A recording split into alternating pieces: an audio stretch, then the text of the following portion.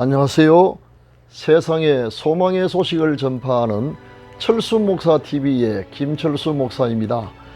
여러분 만나 뵙게 되어 대단히 반갑습니다. 이 시간 여러분의 영혼이 잘됨같이 범사가 잘되고 강건하시기를 기원합니다. 시청자 여러분 중에 지난 9호 태풍 마이삭으로 인해 혹시 피해를 입으신 분들은 없으신지 모르겠습니다. 곧이어 10호 태풍 하이선이 다시 한반도를 향해 올라오고 있다고 하니 여러분의 안전이 염려됩니다. 하나님께서 이미 피해를 입으신 분들에게는 조속한 복구의 은혜를, 다가올 태풍으로부터는 우리 모두의 안전을 지켜주시기를 기원합니다. 오늘은 성령님 바로 알기 시리즈 5번째 시간으로 성령 받은 확실한 증거에 대하여 말씀을 드리고자 합니다. 간혹 여러분은 다른 사람으로부터 성령 받은 증거를 말해보라는 질문을 받고 당황해 본 적이 없으신가요?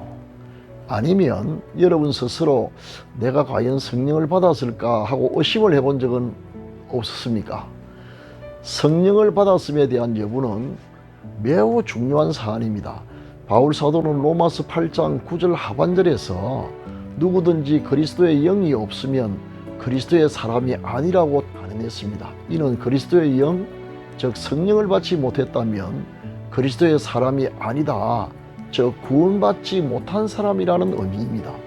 그러므로 자신이 성령을 받았는지 그렇지 않은지의 여부를 아는 것이 매우 중요한 일임을 알 수 있습니다. 성령을 받았다면 확실한 증거를 제시할 수 있어야 합니다.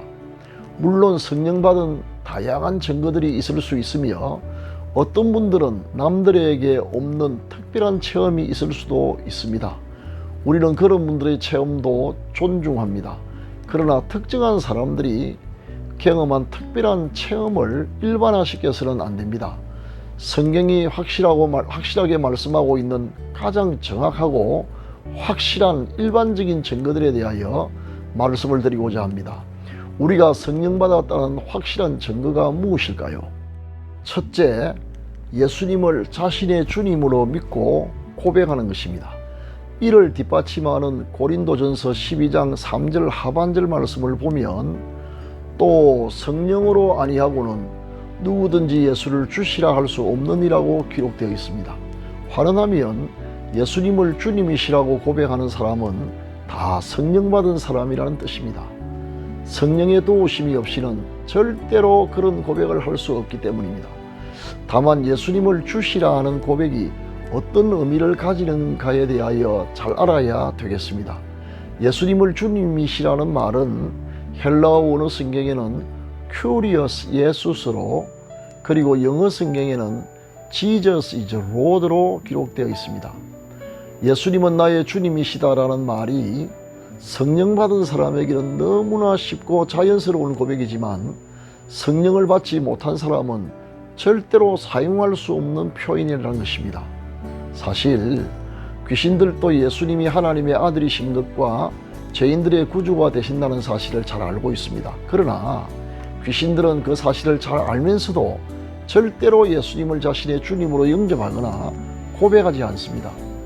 제가 아직 신앙의 연륜이 짧았던 어린 시절에는 예수님이 주님이시라는 고백을 아무나 할 수 있을 것이라고 생각을 했는데, 목회를 하는 가운데 그렇지 않다는 사실을 점점 더 명확하게 확인할 수 있었습니다. 그래서 우리가 그렇게 쉽고 믿고 고백할 수 있었던 이유가 우리의 지성이나 의지에서 비롯된 것이 아니라 바로 성령님의 도움 때문이었음을 나중에서야 알게 되었던 것입니다. 따라서 여러분이 예수님을 하나님의 아들이시며 자신의 주님으로 믿고 고백한다면 여러분은 성령 받은 것이 분명합니다. 성령 받은 것에 대한 이보다 더 확실하고 분명한 증거는 찾아볼 수 없습니다. 자신이 성령 받았음을 확신하고 절대로 의심하지 않으시기를 바랍니다. 또 다른 증거를 내보이라는 불순한 자들에게 속지 마시기를 바랍니다. 둘째, 하나님을 아버지라고 부르는 것입니다. 천지와 만물을 지으신 하나님을 향하여 자신의 아버지라고 부를 수 있는 사람은 대단한 사람이 분명합니다. 로마서 8장 15절 말씀을 인용하겠습니다. 너희는 다시 무수와는 종의 영을 받지 아니하였고 양자의 영을 받았으므로 아바 아버지라 부르짖느니라. 여기서 말하는 양자의 영이란 바로 성령님을 가리키는 말입니다.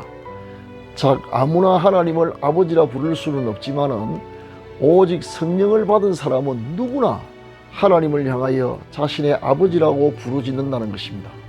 사실 피조물이며 죄인인 사람이 감히 창조주이시며 거룩하신 하나님을 자신의 아버지라고 부른다는 것은 상상할 수조차 없는 엄청난 일이며 자연인 상태로는 불가능한 일입니다.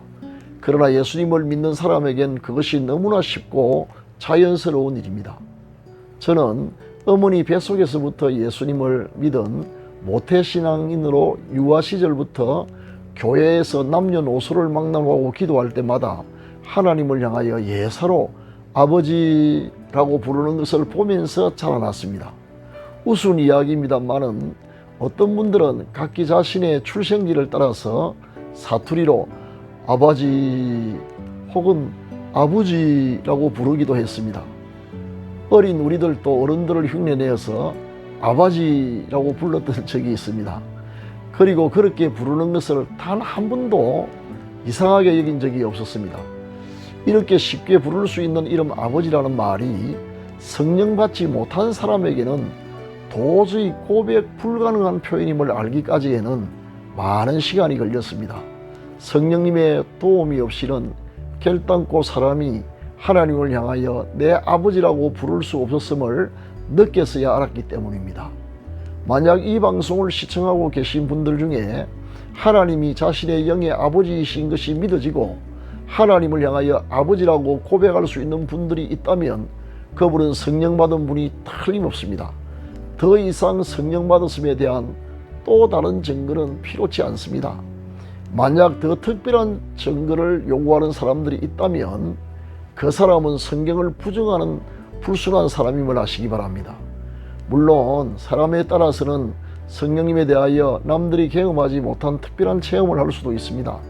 그러나 그런 특별한 체험을 모든 사람에게 일반화시켜 적용해서는 안 됩니다. 우리가 성령 받은 증거는 방금 말씀드린 두 가지만으로 충분합니다. 즉 예수님을 주님으로 고백하고 하나님을 아버지라 부를 수 있는 것이 그것입니다. 이 두 가지는 명백히 성령님의 도움이 아니고서는 불가능한 일이기 때문입니다. 그러므로 성령을 받기 위하여 특별한 다른 어떤 체험을 구하는 것보다 오히려 우리 안에 계신 성령님이 어떤 분인가를 아는 일이 더 중요합니다.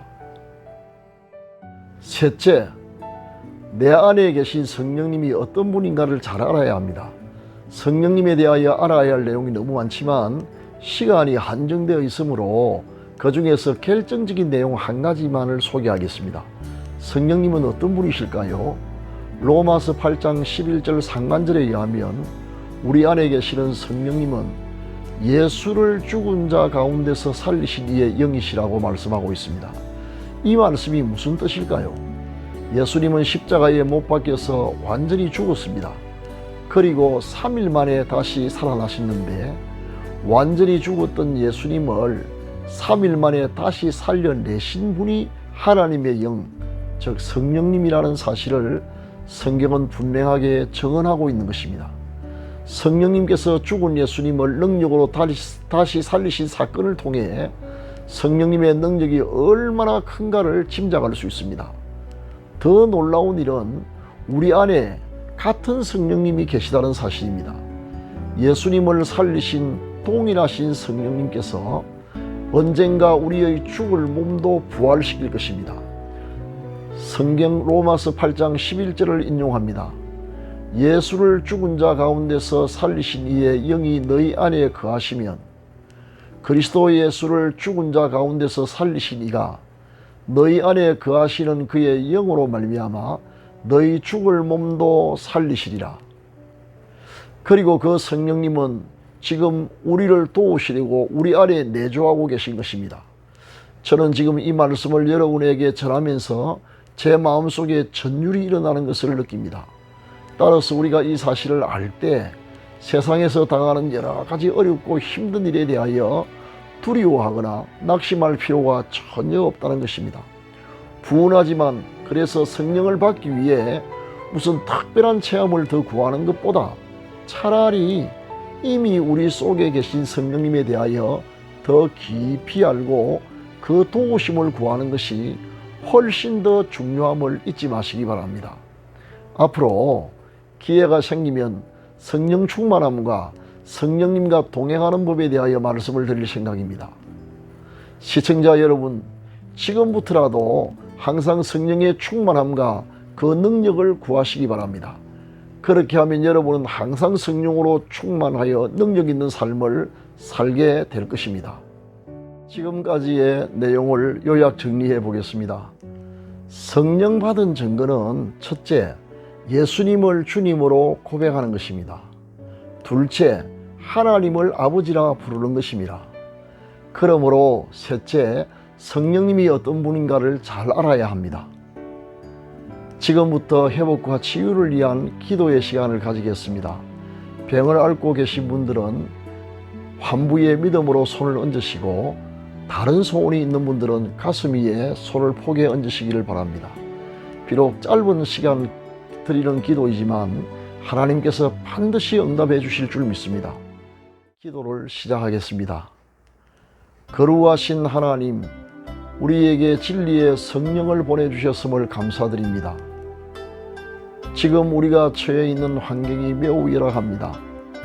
코로나 전염병은 아직 사라지지 않았으며 가공할 태풍은 연속해서 우리가 사는 곳을 향해 불어오고 있습니다. 여러 가지 어려움이 중첩되어 설상가상으로 우리를 힘들게 하고 있습니다. 우리의 모든 허물과 죄를 사해 주시고 이 땅을 회복시켜 주옵소서.